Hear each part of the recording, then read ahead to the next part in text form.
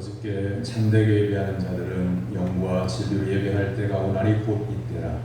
아버지께서는 자기에게 이렇게 예배하는 자들을 찾으시느니라. 하나님은 영이시니 예배하는 자가 영과 진리로 예배할지니라. 아멘.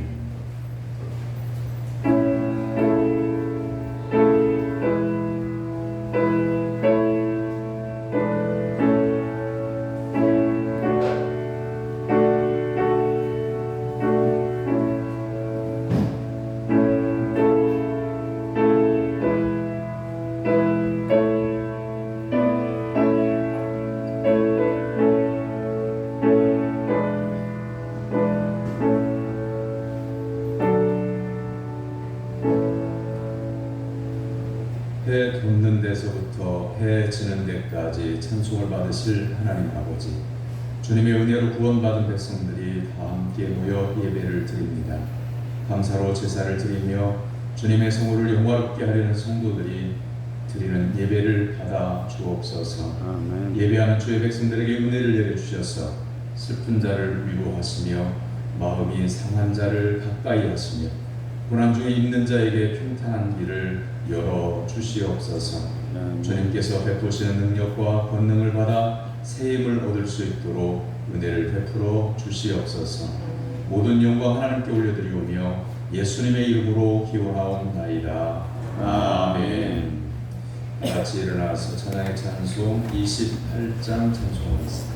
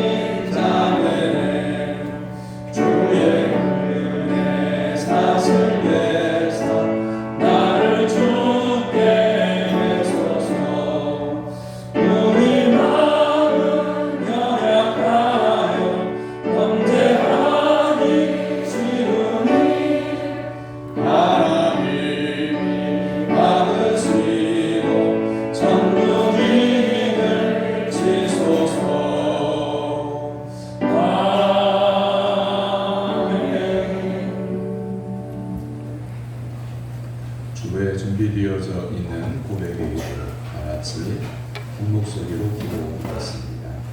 말씀이신 하나님 아버지, 주님의 말씀은 내 발의 등이요 내 길의 진리이십니다. 주님의 말씀을 따르면 생명길로 나가는 것을 저희들이 잘 알고 있습니다. 하지만 저희들은 주님의 말씀에 순종하기를 싫어하였습니다. 이제는 주님의 말씀을 청중하지 않는 것이 습관이 되어버렸습니다. 주님, 우리의 바닥 마음을 부드럽게 해주시고 하나님을 아는 지혜와 말씀에 순종하는 부드러운 마음을 주옵소서. 전심으로 하나님께 돌아와 의롭게 살아가는 백성들이 되게 하옵소서. 예수님의 이름으로 고백의 기도를 드립니다. 아멘. 이 고백의 기도를 믿음으로 하나님께 드리는 성도들에게 하나님은 죄사함을 말씀으로 선언해 주십니다. 오라, 우리가 여호와께로 돌아가자. 여호와께서 우리를 찢으셨으나 도로 낫게 하실 것이요 우리를 치셨으나 싸매어 주실 것입니다. 여호와께서 이틀 후에 우리를 살리시며 셋째 날에 우리를 일으키시리니 우리가 그의 앞에서 살리라. 아멘. 성시 교독은 교독문 41번 시편 97편 말씀입니다.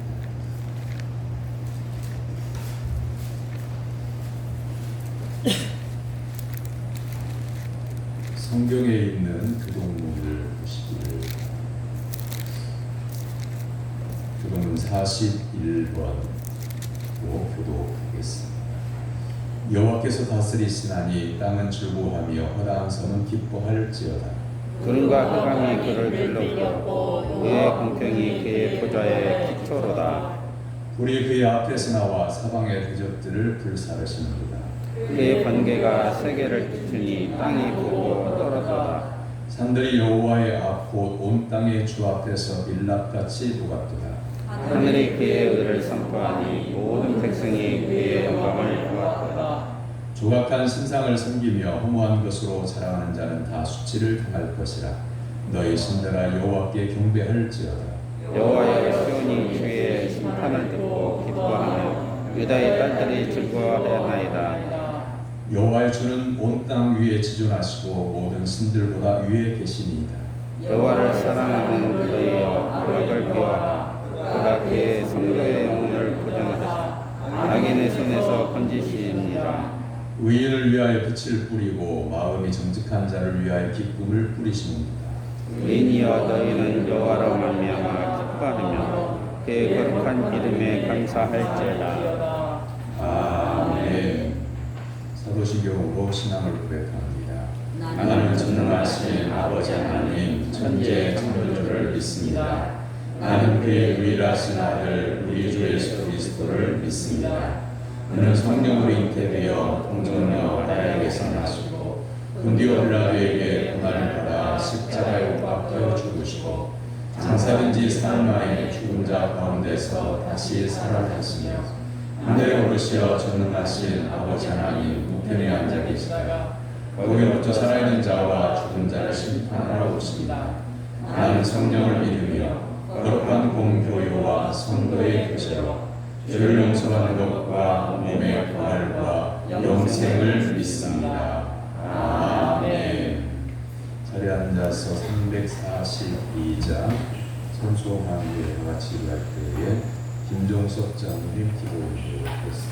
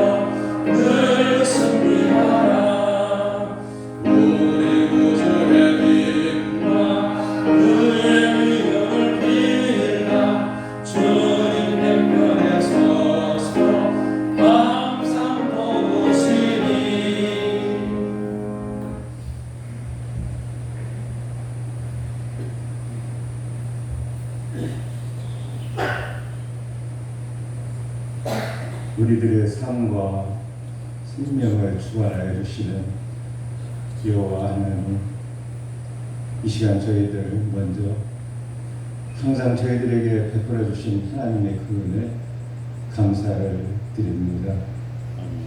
아버지 하나님, 지난 한 주간도 저희들에게 하나님께서 소중한 삶의 현장을 베풀어 주시옵소서. 저희들이 하나님께서 베풀어 주신 그 소중한 삶의 현장에서 하나님께 감사하며 땀 흘려 일하며 우리의 삶을 살게 하여 주시고, 오늘 또 우리 주님 다시 사시며 주님의 날을 저희들에게 허락하여 주시어서 저희들이 아버지 집에 모여서 하나님께 감사와 찬양으로 이 예배를 드릴 수 있도록 은총을 베풀어 주심을 진심으로 감사를 드립니다. 아버지 하나님, 지난 한 주간도 저희들 이 세상 삶을 살아가면서 진정 하나님께서 많은 것들로 저희들에게 베풀어 주시고 채워 주셨지만 저희들은 주신 것에 감사하며 만족하지 못하고 때로는 더 많은 것들을 얻기 위해서 내 집 앞, 내 땅 한 평을 지키기 위해서 힘쓰며 또 내 집의 환경을 아름답게 가꾸기 위해서 힘쓰며 우리들 이웃들에게 불편을 주고 아픔을 주지는 아니하옵니다. 이 시간 한 주간에 저희들이 잘못된 것들을 회상하며 기억하며 하나님께 고백하는 소중한 귀한 시간이 되게 하여 주시옵소서. 아버지 하나님, 저희들의 잘못된 것들이 있으면 우리 주님 다 용서하여 주시옵고 하나님 성령으로 회복시켜 주시옵소서. 아버지 하나님, 이제 코로나 바이러스라는 그 기운을 인해서 이 지구상의 많은 사람들이 고통받으며 힘들어하고 있음을 우리 주님 잘 아실 줄로 믿습니다. 주님 거두어 주시고 그 고통들이 다 물러갈 수 있도록 은총을 베풀어 주시옵소서. 그리하여 이어져가는 우리 교회의 예배들이 다시금 회복되게 하여 주시고 사회의 질서와 모든 삶들이 다시금 회복되어질 수 있도록 은총을 베풀어 주시옵소서. 아버지 하나님, 이제 이 시간 하나님께서 교회에 쓰시는 종을 통하여서 하나님께서 우리들에게 기록으로 남겨주신 말씀을 전하여 주실 때 진정 저희들 그 말씀 마음속 깊이 새기며 남은 생을 살아갈 때 그 말씀대로 우리 주님께서 기뻐하시는 삶을 살아갈 수 있는 저희들 되게 하여 주시옵소서. 아멘. 아버지 하나님, 이제 덥고 지루한 이 여름 한날 날씨, 우리 사랑하시는 성도님들 건강 잃지 않도록 주님께서 돌보아 주시옵소서. 예수님의 이름으로 기도드립니다. 아멘.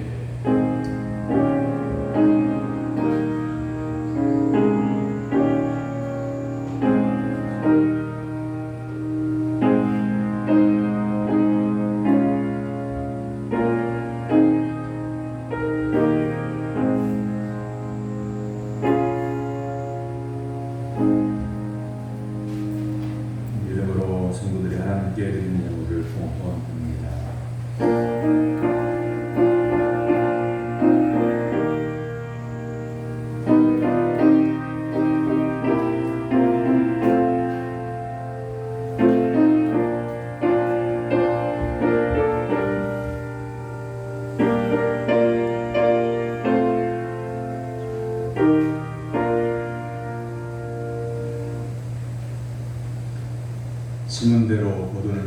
주시는 하나님 아버지, 때늦은 장맛비로 인하여 고생하며 연일 계속되는 폭염으로 지친 성도들을 보살펴 주시고 하나님 앞에 나올 수 있도록 은혜를 베풀어 주심에 감사를 드립니다.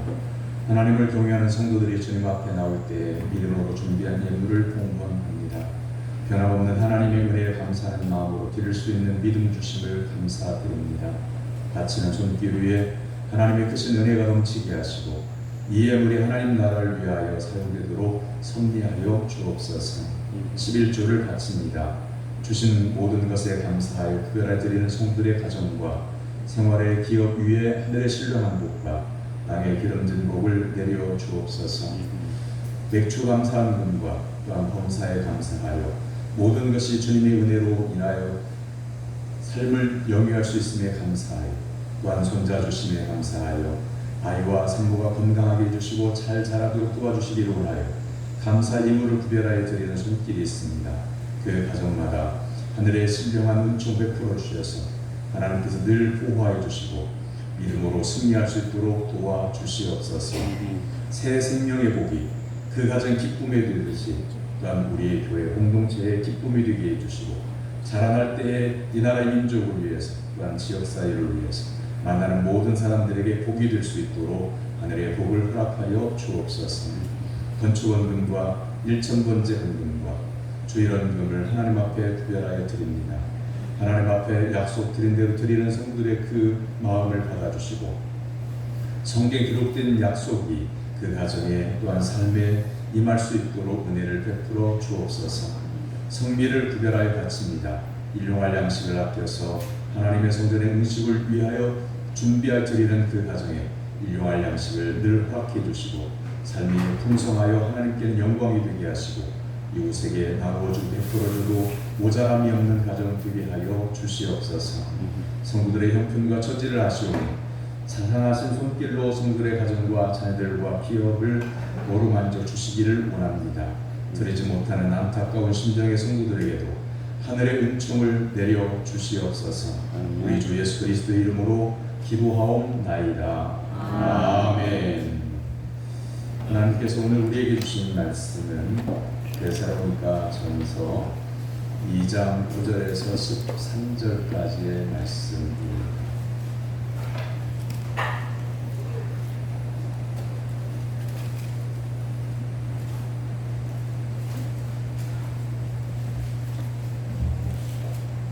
신약성경 329쪽 데살로니가 전서 2장 9절에서 13절.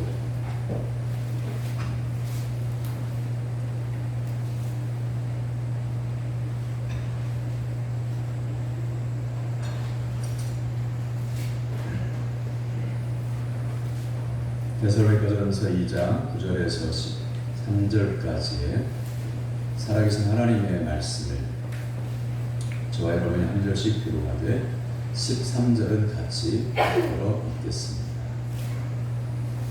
형제들아 우리의 수고와 애쓴 것을 너희가 기억하리니 너희 아무에게도 해를 끼치지 아니하려고 밤낮으로 일하면서 너희에게 하나님의 복음을 전하였노라. 우리가 너희 믿는 자들을 향하여 어떻게 거룩하고 옳고 금없이 행하는지에 대하여 너희가 증인이요 하나님도 그러하시도다. 너희도 아는 바와 같이 우리가 너희 각 사람에게 아버지가 자기 자녀에게 하듯 권면하고 위로하고 경계하노니 이는 너희를 부르사 자기 나라와 영광에 이르게 하시는 하나님께 합당히 행하게 하려 함이라. 이러므로 우리가 하나님께 끊임없이 감사하며 너희가 우리에게 들은 바 하나님의 말씀을 받을 때에 사람의 말로 받지 아니하고 하나님의 말씀으로 받으니 진실로 그러하도다. 이 말씀이 또한 너희 믿음 가운데 역사하느니라. 아멘. 이는 살아계신 하나님의 말씀입니다. 도로와 복된 주님의 날에 하나님께 예배드리기 위해서 시간과 정성과 믿음과 예물을 구별하고 하나님 앞에 나온 사랑하는 성도 여러분에게 하나님께서 주시고자 예비하신 하늘의 신령한 은혜와 평강과 복이 임하게 되기를 주님 이름으로 축원합니다. 아멘. 옆에 있는 분 바라보고 읽기 인사합니다. 반갑습니다. 반갑습니다. 말씀의 은혜 받읍시다. 말씀의 은혜 받읍시다. 주 안에 사랑하고 존경합니다. 주 안에서 사랑하고 존경합니다. 여러분은 얼마나 사람을 잘 이해하고 또한 자기의 잘못을 깨닫고 또 사람들을 용납하고 용서하는 일에 여유로우십니까? 받아들임이라고 하는 말을 깊이 생각해 봅니다. 그것은 내가 무엇인가를 거두는 의미와 함께 이해하고 동의하고 수락하고 수용하고 채택하는 동작을 붙여서 깨닫고 서로 포용하고 용서하는 데까지 이르는 주 예수 그리스도 안에서 하나됨을 표현하는 말씀이기도 합니다. 사람 사이 관계에 있어서는 여러 가지 갈등을 극복하고 이해와 포용으로 결론을 맺는 것으로 받아들임이라고 하는 말을 사용합니다. 여러분 어떤 때에 생활 중에 감동을 하십니까? 드라마에서 서로 대립하고 갈등을 겪었던 두 사람이 극적으로 화해를 하고 부둥켜 안으면서 눈물을 흘리며 서로를 이해하고 용서할 때, 그럴 때 사람들은 눈물을 많이 흘리게 됩니다. 여러분 삶 속에서 다른 사람을 이해하고 용납하고 용서하는 가운데에 은혜의 눈물을 얼마나 흘리고 사십니까? 예수님께서 말씀하신 여러 교훈의 말씀 가운데에 대표적인 이야기로 집을 나간 탕자가 돌아올 때 아버지는 아무 조건 없이 달려나가 그 아들을 맞이하는 비유를 우리에게 들려주셨고, 또 예수님은 실제로 공생의 생활을 하실 때에 소외당하는 사람들, 하나님을 모르는 이방, 심지어 자신을 고소하고 십자가에 못 박은 사람들과 배반한 제자들까지도 따뜻하게 포용하시고 받아들여 주셨습니다. 사도바울 목사님, 받아들임의 중심 문제를 하나님 말씀을 듣고 마음에 받아들이는 것으로 말씀을 설명하고 있습니다.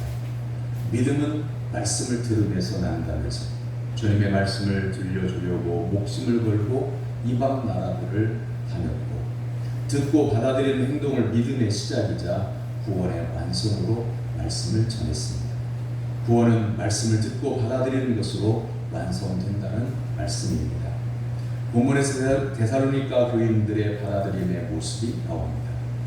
우리에게 들은 바 하나님의 말씀을 받을 때에 사람의 말로 받지 아니하고 하나님의 말씀으로 받으니 진실로 그러하리라 13절에서 말씀하고 있습니다.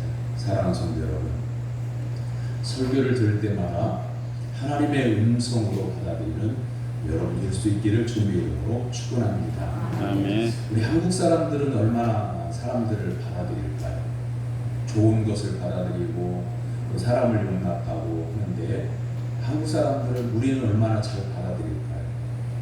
받아들임이라고 하는 받아들임의 미학이라고 하는 책이 있습니다. 누구의 이야기냐면 몽골의 지금으로부터 800년 전의 사람인 칭기스칸에 관한 얘기입니다. 칭기스칸은요, 몽골을 가보신 분들은 알겠지만 몽골이라고 하는 나라는 우리나라와 같지 않습니다. 동네가 특별히 크게 번성한 동네들이 거의 없어요. 그냥 천막을 치고 양을 치면서 옮겨 다니면서 살기 때문에 그렇습니다. 지금은 많이 정착하는 사람들이 많아졌습니다만 800년 전에는 동네라고 하는 곳이 없어요. 대략 풀밭이 있는 곳으로 이렇게 옮겨 다니는 민족이 몽골 민족입니다. 그런데 한 부족에서 태어나서 전 세계를 점령할 만큼 위대한 업적을 이루게 된 특징 가운데 하나를 받아들이는 것으로 설명을 합니다. 이 칭기스칸이라고 하는 사람은 얼마나 사람을 잘 받아들이냐면 적군이라도 자기에게 투항해 오면 아무 조건 없이 교화로 받아들입니다. 자기 가족을 받아들임에 있어서 자기 가족들이 엄청난 죄를 지었어도요, 자기에게로 돌아오면 다 용서하고 받아들였습니다. 우리로서는 좀 이해하기 힘든 부분이기는 한데 이 징기스칸이 얼마나 사람을 잘 받아들이냐면 전쟁터에 나갔다가 포로로 잡혀가지고 먼 나라로 끌려가서 종살이를 해요. 징기스칸. 이게 가족과 떨어진 거죠. 부인과 자식과 떨어진 거예요. 그런데 부인이 대단한 사람이라 그렇게 먼 나라로 자기 남편을 찾으러 갑니다. 아이를 데리고 찾으러 가는데 여인의 혼자의 몸으로 그리고 여비도 없이 그 몇 개월 동안 1년이 걸릴지 2년이 걸릴지 모르는 그 먼 길을 가는데 가기가 어려우니까 상단의 주인인 사람이 가서 부인처럼 하면서 그 여정을 따라가면서 결국 남편을 찾아갑니다. 남편 징기스칸이 그러한 사정을 다 압니다. 아는데도 불구하고 모른 척하고 다 받아줍니다. 왜냐하면 자기를 향해서 찾아오기 위해서 목숨 걸고 온 그 여정의 부담을 알기 때문이었어요. 이렇게 사람을 잘 받아들여요. 자기에게 돌아온 사람 어떤 사람이든지 받아들입니다. 우리는 얼마나 사람을 잘 받아들일까요? 예수님을 믿는 성도로서 한번 여러분의 삶을 한번 잘 생각해 보세요. 여러분 가족은 피부치이기 때문에 혈연이기 때문에 누구보다 잘 받아들이겠죠. 그런데 의외로 우리의 생활을 자세히 들여다보면 사람을 잘 받아들이지 못하는 모습이 우리에게 있다는 것을 깨닫게 됩니다. 예수님은 나를 받아들이기 위해서, 나를 구원해 주시기 위해서 험악한 십자가에 지시고 못 박히시고 그리고 창을 맞으시고 물과 피를 다 쏟아주시면서 죽어주시면서까지 나를 받아들여 주셨어요. 그렇다고 하면 사랑하는 성도 여러분, 여러분 주변에 있는 사람들을 받아들이지 못할 이유가 없는 겁니다. 그리고 받아들여야 화해가 되고 용서가 되고 그리고 사랑이 넘쳐나게 되고 여러분이 꿈꾸고 기도하는 행복한 삶이 되는 것입니다. 하나님의 말씀을 받아들이는 것이 우리에게는 구원의 은혜입니다. 그리고 우리나라는 전 세계 선교 역사에서 복음을 받아들이는 나라 중에서 굉장히 늦은 나라이기도 합니다.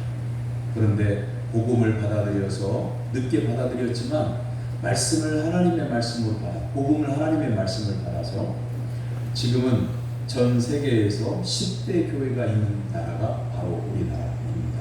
뿐만 아니라 선교사 파송 2위의 나라가 바로 우리나라입니다. 바로 받아들임의 모범이 되므로 세계 선교의 모델이 된 것입니다. 받아들인다고 하는 것은 손해를 보기도 합니다. 희생을 하기도 합니다. 하지만 받아들임으로 인하여 하나님의 은혜를 받아들임으로 인하여 말씀을 받아들임으로 인하여 주변에 있는 사람들을 용납하고 받아들이고 이해함으로 인하여 내가 복 있는 사람이 되는 겁니다. 많은 사람들을 내게로 오는 사람들을 받아들이고 말씀을 받아들이고 또한 나에게 대적하는 사람까지도 이해하고 받아들이게 되면 내가 복 있는 사람이 되는 겁니다. 말씀에 은혜가 있는 그런 성도가 되는 것입니다.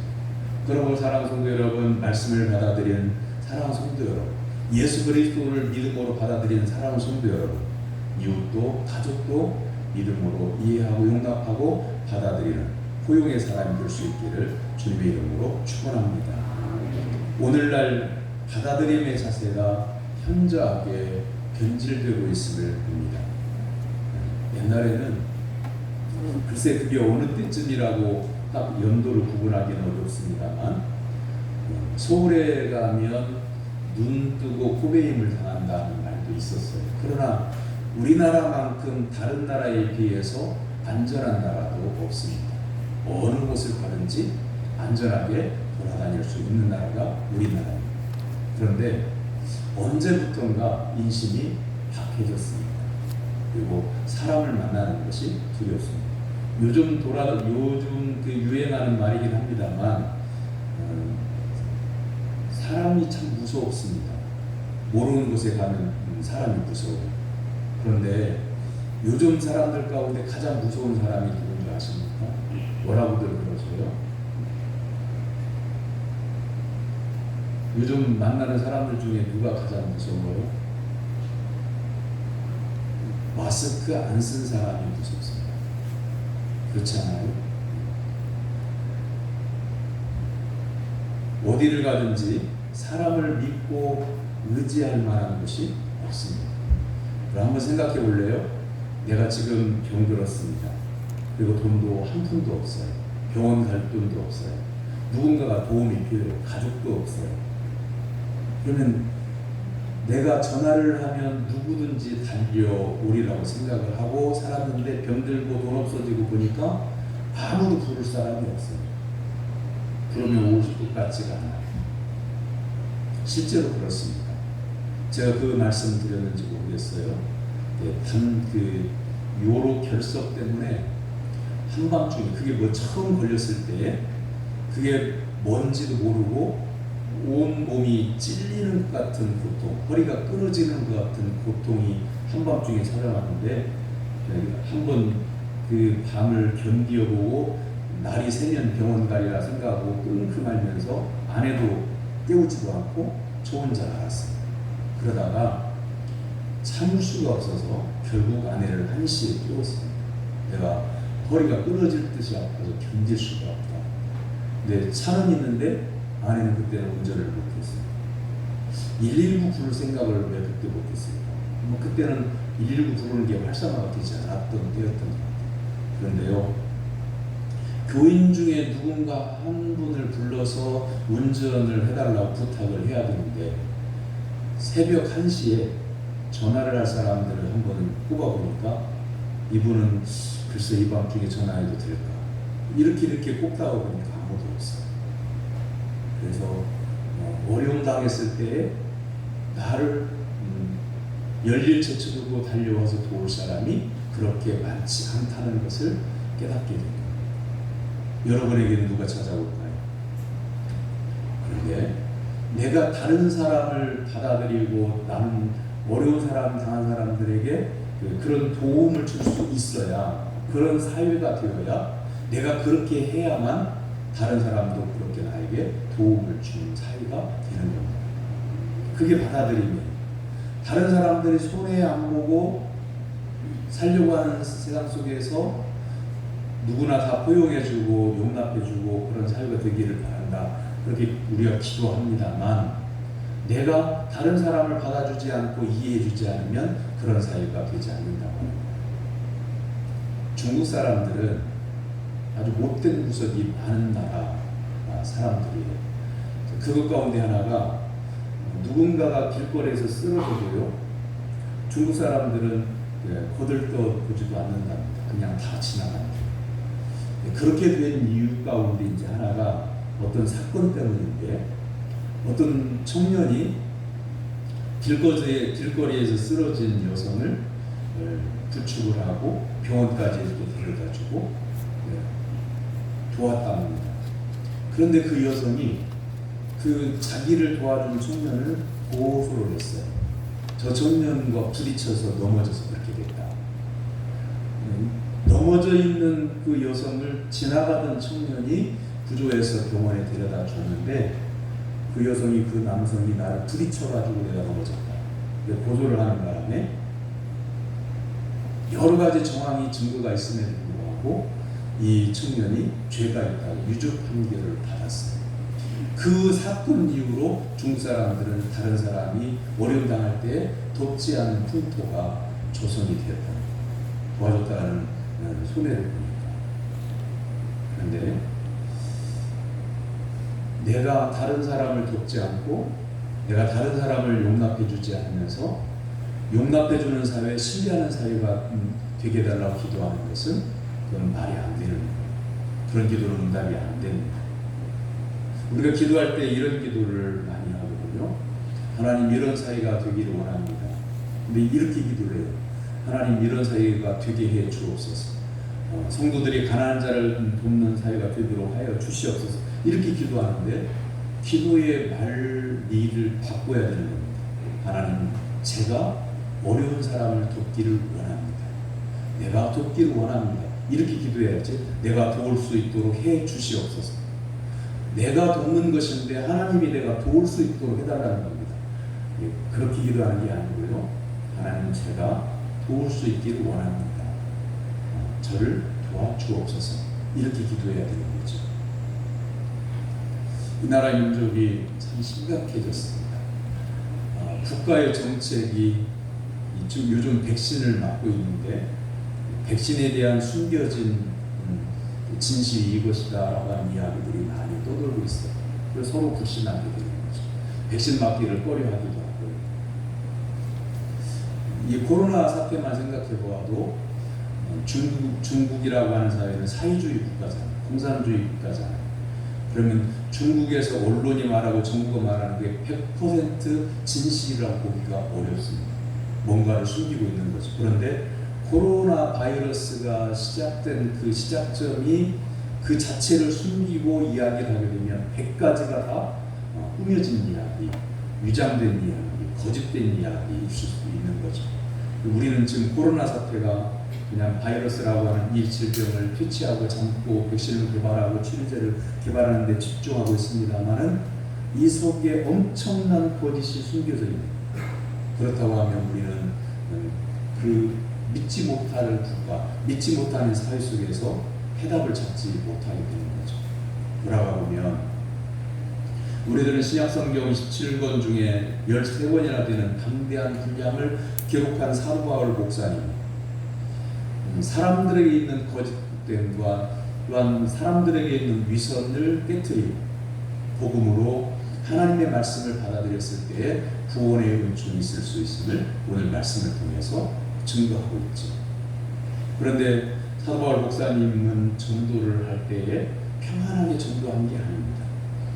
그것을 성경은 이렇게 증거를 합니다. 사도행전 13장 12절에 13절까지 날이 새매 유대인들이 당을 지어 맹세하되 바울을 죽이기 전엔 먹지도 아니하고 마시지도 아니하겠다 하고 이같이 동맹한 자가 40여 명이더라 라고 이렇게 기록하고 있습니다. 그런가 하면 고린도 후서 11장 23절에서 17절까지 말씀에서 사도 바울 목사님이 당한 일을 이렇게 말씀을 전합니다. 내가 수고를 넘치도록 하고 옥에 갇히기도 더 많이 하고 매도 수없이 맞고 여러 번 죽을 뻔하였으니 유대인들에게 40에서 하나 강한 매를 5번 맞았으며 3번 대장으로 맞고 1번 돌로 맞고 3번 파손하고 일주야를 깊은 바다에서 지냈으며 여러 번 여행하면서 강의 위험과 강도의 위험과 동족의 위험과 이방인의 위험과 신의 위험과 광야의 위험과 바다의 위험과 거짓 형제 중에 위험을 당하고 또 수고하며 애쓰고 여러 번 차지 못하고 졸이며 목마르고 여러 번 굶고 춥고 헐벗었노라. 사도 바울 목사님의 이 증을 보면 참으로 고통스러운 그런 전도의 사역을 감당했음을 보게 됩니다. 결국 사도 바울 목사님을 배척하는 사람들까지도 용납하고 가족 같은 심정으로 권면하고 위로하고 경계했다고 오늘 본문은 말씀하고 있습니다. 진심으로 받아들인 사람들은 그리스도의 교회에 속하여 구원의 기쁨을 누렸습니다. 진리를 받아들인다고 하는 것은 삶의 변화를 일으키고 역사를 바꾸며 하나님의 나라를 완성하는 결과를 얻게 됩니다. 결국 하나님의 말씀을 받아들이면 자신의 인생이 복된 인생으로 변화되게 됩니다. 내려놓음과 받아들임의 관계를 생각해 봅니다. 받아들이려고 하면 내 것을 내려놓는 게 있어야 됨을 말하는 거죠. 한번 두 손을 내밀어 보실래요? 자, 두 손을 내밀어 보세요. 눈을 뜨시고 두 손을 내밀어 보세요. 제가 보이지 않는 선물을 하나 드릴게요. 구원의 은총이라고 하는 그 말씀의 선물을 드리려고 자 받으십시오 하고 여러분 받아들일 때에 여러분의 손에 쥔 것이 없어야 받아들일 수 있습니다. 한번 생각해보고 눈을 감고 한번 생각해봅니다. 내가 지금 내 손에 쥐고 있는 것이 하나님의 말씀입니다. 내가 지금 열심히 얻으려고 따라가고 있는 것이 그게 어떤 것인가 한번 생각해보세요. 그리고 그걸 내려놓아야만 복음을 받아들일 수 있습니다. 이제 손을 내려놓으십시오. 여러분 과연 정말 예수님을 믿기 위해서 여러분 자신을 내려놓습니다. 하나님의 말씀을 듣기 위해서 여러분의 골머리 생각했던 것을 하나님의 말씀과 반대되는 것을 깨닫고 그 생각을 내려놔. 내가 하려고 하는 말이 성경에 없는, 믿음 없는 말이라고 하는 것을 깨닫고 그 말을 내려놓고 하나님의 말씀을 귀담아 들었던 받아들임이라고 하는 것은 내 생각과 자존심과 고집과 내 인생관을 내려놓고 복음을 받아들일 때에 받아들여지는 겁니다. 오늘 교회에 나와서 예배를 드리는 성도님들이 참 잘하셨습니다. 바쁜 일, 도운 것, 아니면 사람 만나야 될 일, 사업상 일들, 중요한 일들 이런 거 다 뒤로 하고 교회 나오신 거 참 잘하셨습니다. 그런데 정말 예수님을 여러분의 인생의 주인으로 받아들이고 있습니다. 하나님의 말씀을 전적으로 받아들이고 있습니다. 내가 이 일을 하려고 계획 세웠던 것을 말씀을 듣다 보니까 하나님의 말씀은 나를 이 길로가 아니라 저 길로 가기를 원하시는데 내가 그 길을 버리고 하나님께서 원하시는 이 길을 받아들이고 있습니다. 그것이 바로 받아들이는 것입니다. 그리고요, 나에게 있는 것들을 비우고서 받아들일 때에 우리가 상상하지 못하는 천국의 비밀을 깨닫게 되는 겁니다. 오늘 본문 말씀 가운데 보면 경계했다는 말씀이 나오죠. 권면하고 위로하고 경계해노라 이렇게 말씀하고 있을 때 이 경계는 뭘까요? 경계라고 하는 말은 사람을 좀 조심한다 그런 뜻이잖아요. 그런데 이 경계라고 하는 말씀은 하나님의 말씀을 듣고도 예수님을 믿겠다고 결심하고 구원의 은총을 받은 성도들이 하나님의 말씀이 아닌 지금까지 살았던 방식으로 사는 것에 대해서 경계하는 거죠. 그렇게 살면 예수님을 믿는다고 고백했지만 옛날 방식대로 살면 구원이 없습니다 하고 이렇게 경계해 주는 거죠. 참 목이 타요.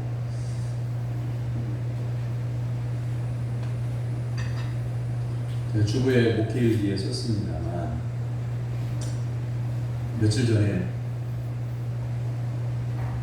사택 앞에서 저쪽 길 쪽으로 보면 당회실이 있고 담이 끊어진 부분이 있어요. 거기에서 이렇게 보면 여성 신방도 보이고 그리고 화장실 건물이 벽면이 조금 보이고 길이 보인다는 거죠. 이렇게 보고 있는데 뭔가를 하다가 이렇게 보고 있는데 두 명의 학생이 그 여성 신방과 화장실 그 사이에 조금 틈이 있거든요. 거기로 오더니 담배를 딱 끊어물더니 불을 붙여요. 딱 보기에도 학생입니다. 그리고 어느 집 학생인 것 같아요. 그래서 제가 당황을 한 거죠. 교회에 들어와가지고 담배를 피운다? 그것도 용납이 아닌데 학생이 담배를 피운다? 그래서 제가 그랬어요. 어이 학생, 그 어느 집 학생들 맞지? 그러니까 그리고 나서 제가 뭔가를 지금 물 호스를 잡고 있었거든요. 그리고 물을 끄고 호스를 내려놓고 돌아서서 가려고 하니까 사람이 안 보여, 학생이. 근데 이제 그 자리에 가보니까 담배를 피우다만 담배를 던져놓고 빈 담배값을 버리고 아직 연기가 피어오르고 있어요. 쪼그려 앉아가지고 몇 개의 담배 꽁초를 줍는데 여러 생각이 겹치는 거예요. 어떤 생각이 겹치냐면 이제 한번 놀랬으니까 안 오겠지? 그런데 만약에 온다고 하면 어떻게 할까? 얼른 달려가가지고 학생이 담배를 피우면 되냐? 네 부모님이 하시면 얼마나 마음이 아프냐? 이런 말로 경계를 해주고 권면을 할까? 아니면 다음에는 못 본 척 할까? 왜냐면 여러 가지 생각이 겹치는 거예요. 교회 목사라고 하는 게 말씀을 권면하는 대상이 성도들이지 지역 주민이 아닌 거잖아요. 이 담 옆으로 지나다니면서 담배를 피우다가 곱게 끄고 자기 집에 가다 휴스턴이 벌인 일이지 왜 담배를 교회 담장 안으로 튕기면서 그 입모양이나 그 얼굴 표정이나 눈빛이라는 게 딱 보면 알잖아요. 아, 요가고 있구나. 이 입모양, 딸싹거리는 입모양을 보면 그게 좋은 말 하는 것인지 욕하는 것인지 표현하잖아요. 딱 교회를 째려보면서 이 담배꽁초를 튕기면서 뭐라고 해요. 그리고 그 마스크를 꼭 담장 그 구멍 속에다가 집어넣고 그런 걸 보면 피가 거꾸로 솟아요. 그런데 그런 사람들에게 달려가가지고 당신 왜 교회에다가 담배꽁초를 버립니까? 왜 마스크를 왜 담장에다 꽂습니까? 사람이 그렇게 살면 됩니까? 라고 이렇게 말하고 싶은데 목사가 동네 사람들을 상대로 해가지고 화를 내면서 꾸지람을 주고 책망을 하면 과연 동네 사람들이 좋아할까? 이런 생각이 다 어린 학생들이지만 어른으로서 목사가 아니라 어른으로 자식을 두는 사람의 입장에서 부모 같은 심정으로 학생이 이런 곳에 숨어서 담배를 피면 되는가? 라고 이렇게 따끔하게 타의를 해야 되는데 만약 그렇게 했을 때 예수님을 안 믿는 학생들에게 그렇게 말을 했을 때 과연 그 학생들이 깨닫고 어른의 가르침을 우리가 순종해야지 하고 그 생각을 바꿀 것인가? 그러다가 결론이 뭔지 아십니까? 교인들도 담임 목사가 애처롭게 애원하면서 부탁을 하는 말도 안 듣는데 교회 안 다니는 학생이 제 말을 들을까 생각하니까요 눈물이 나요. 새벽기도 합시다. 광고를 할 때에는요 적어도 이 새벽기도의 광고를 들을 때에 평소보다 한 사람 이상은 더 나오겠지 그런 마음으로 기대하고 광고를 하는데 다음날 새벽에 보면 똑같았어요. 평소하고 똑같았을 때 그냥 그런가 보다가 아닙니다. 수요기도의 예배에 참석하십시다 라고 이렇게 설교를 하고 광고를 했을 때는 수요예배에 똑같이 나오기를 바라서 그렇게 그냥 지나가는 말로 한번 해본 말로 한 게 아니잖아요. 그런데 수요기도에 또 왔을 때 여전히 지난주하고 똑같을 때 그러면 담임 목사가 성도들에게 말씀으로 권면하는 게 무슨 의미가 있을까 생각해 보니까 그 학생들에게 다시 와도 자신이 없어요. 목사로서가 아니라 인생을 지도하는 목사로서가 아니라 그냥 동네 어른으로서라도 그 학생들에게 타이를 수 있는 자신감이 없어져요. 여러분은 사랑하는 성도 여러분 예수님은 나를 살려주시려고 목숨까지도 내려놓으셨어요. 그렇다고 하면 여러분은 여러분의 생각이나 여러분의 말이나 여러분의 인생관을 얼마나 내려놓고 예수님을 받아들이고 따르고 있습니까? 내가 생각하고 있는 말을 내려놓고 내가 계획하고 있는 말을 내려놓고 예수님의 말씀대로 받아들이고 하나님의 계획대로 받아들였을 때 내가 하고 싶어 하던 일을 못할 수도 있고 때로는 손해볼 수도 있지만 나를 비우게 되면 하늘에 엄청난 전쟁하신 위대하시고 엄청난 은혜를 가지고 계신 하나님께 나에게 부어주신 은혜는 세상 사람이 얻을 수 없는 엄청난 놀라운 그런 비밀이 담겨진 복인 것을 우리가 깨달아야 하는 겁니다. 사랑하는 성도 여러분, 내가 생각하는 바는요, 지금 우리나라 인구 5,000명 가운데 등수를 매겨보면 4,000등이 넘는 저 뒤쪽에 있을지도 모르는 거예요. 그런데 우리나라 민족이 5,000명 가운데 5천만 명 가운데 4천만 명도 넘는 그 뒷공문에 있는 등수인 내가 그 생각을 내려놓고 하나님의 말씀을 받아들이면 1등 국민이 될 수 있는 겁니다. 사랑하는 성도 여러분, 우리 자신에게 구원의 은총을 베푸시기 위하여 하나님은 아들을 버리셨습니다. 그리고 죄인된 나를 얻으셨습니다. 하나님께서 우리를 예수 그리스도의 십자가로 깨끗하게 하시고 하나님의 상으로 삼아주신 목적이 오늘 본문 12절에 기록되어져 있습니다. 너희를 부르사 자기 나라와 영광에 이르게 하신 하나님께 합당히 행하게 하려 합니다. 이 말씀처럼 하나님의 말씀을 받아들임으로 인하여 하나님의 뜻이 이루어지는 복된 삶이 되어지기를 주님의 이름으로 축원합니다. 기도하겠습니다. 낮고 천한 곳에 오신 하나님 아버지, 죄악에 빠져 취한 모습인 저희들을 예수님의 십자가를 통해 구속하여 주심을 감사드립니다. 그 은혜를 잊지 않는 성도들이 하나님의 말씀을 받아들이고 낮아져서 주님을 높이며 살게 하옵소서. 예수님의 이름으로 기도하옵나이다. 아멘.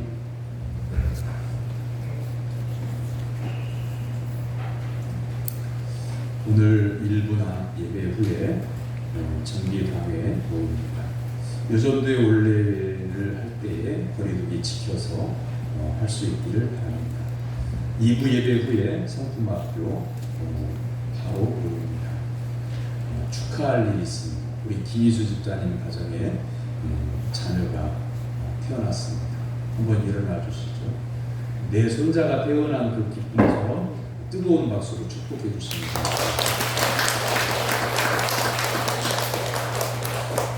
10달 동안 고이 품었다가 이제 출산하게 되었을 때 출산하는 기쁨이 충만하겠지만 그런데 지금부터가 더 중요합니다.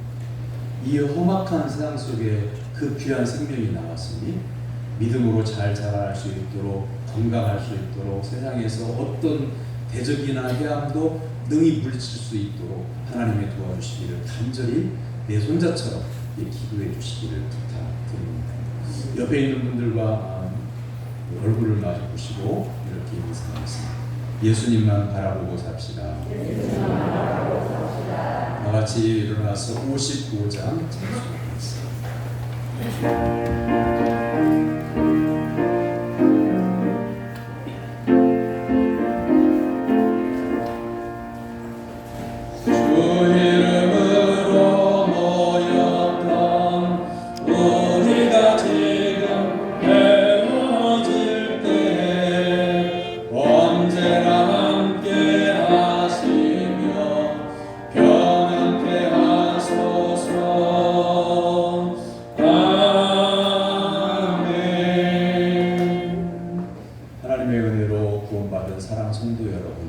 여러분의 삶의 현장에 나아가 참된 성도로 살아갈 것을 주님의 이름으로 위탁합니다. 아멘. 십자가를 지심으로 구원하여 주신 우리 주 예수 그리스도의 은혜와 독생자를 아낌없이 내어주신 하나님 아버지의 지극히 크신 사랑하심과 날마다 믿는 자에게 힘주시는 성령님의 교통하심과 감동하심, 자신을 비우고 하나님의 말씀을 받아들여 주님의 뜻을 이루며 살 것을 결심하는 성도들 머리 위에, 그들의 가정과 생활의 기업 위에, 한국교회 위에 영원까지 함께 하시기를 축원하옵나이다. 아멘.